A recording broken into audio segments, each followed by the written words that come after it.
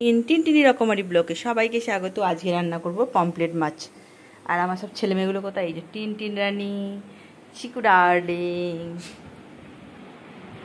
আর এই যে আমার লুচি মামা। দাঁড়াও, আর কোথায় গেল সব? দেখলি পালিয়েছে।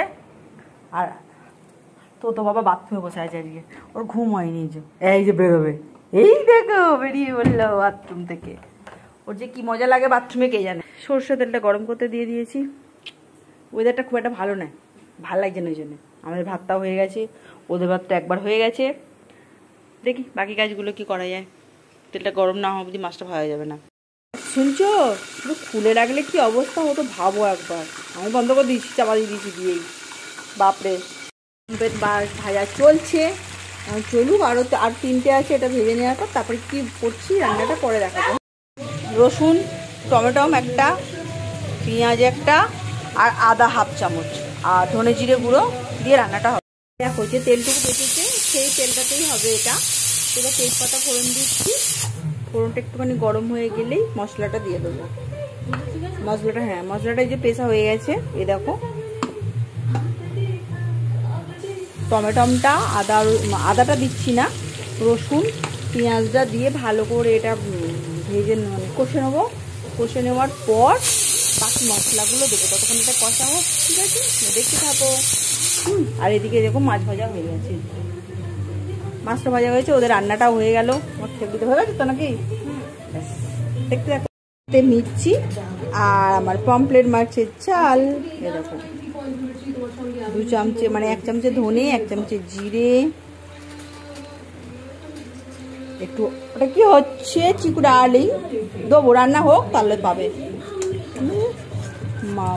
কষেই এসছে, থরম থরম থুম থরম করে চলছে, যে ডিগবাজি খাচ্ছে। এই ফোটে না, বড় বিরক্ত লাগে, ফোটে বড্ড গায়ে আসে। আচ্ছা লঙ্কা গুঁড়ো একটু পরে দিই। লঙ্কা গুঁড়ো দিয়ে দিয়েছি। আর আমার প্রিয় খাবার কালো জিরে। এই দেখো নুন দিয়ে দিয়েছি, আদা দিয়ে দিয়েছি। এবার এটা ভালো করে কষবো। এবার যে তেল ঝালটা বেরিয়ে আসবে, মানে তেলটা বেরিয়ে আসবে, কালারটাও চেঞ্জ হয়ে যাবে সঙ্গে সঙ্গে। নুন দিলে দেখবে মশলা কালার চেঞ্জ হয়ে যায়। এই যে কালারটা চেঞ্জ হয়ে যাচ্ছে আস্তে আস্তে। এবার একটু চাপা দিয়ে রাখবো, কারণ এত ফুটছে কি বলবো। এই দেখো মশলা কষা হয়ে গেছে, দেখেছো? বুঝছো তেল বেরিয়ে পড়েছে। আচ্ছা এটা আমি মাছটা দেবো না, এটা আমি খানিকক্ষণ ফুটিয়ে নেবো জল দিয়ে। জল দেওয়ার পর মাছটা কেন দেবো? পমফ্রেট মাছ ভীষণ নরম হয়, মানে ভোলা মাছের মতন কতকটা। মানে দিয়ে যদি আপনি ফোটাতে থাকেন 10-15 মিনিট, তো সেটা পমফ্রেট মাছ থাকবে না, পমফ্রেট মাছের খিচুড়িটা হয়ে যাবে।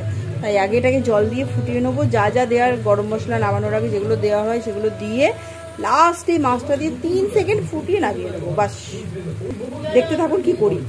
দিয়েছি, চেকে নিয়েছি কি কি লাগবে, মোটামুটি যা কম ছিল দেওয়া হয়ে গেছে।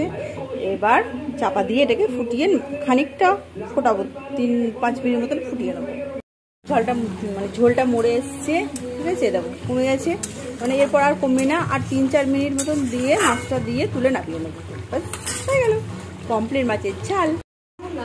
গ্যাসটা জোরে দিয়ে দিয়েছি, কারণ এটা একটু ফুটলেই নামিয়ে দেবো, কারণ বেশি ফোটানো যাবে না এটা, ঠিক আছে?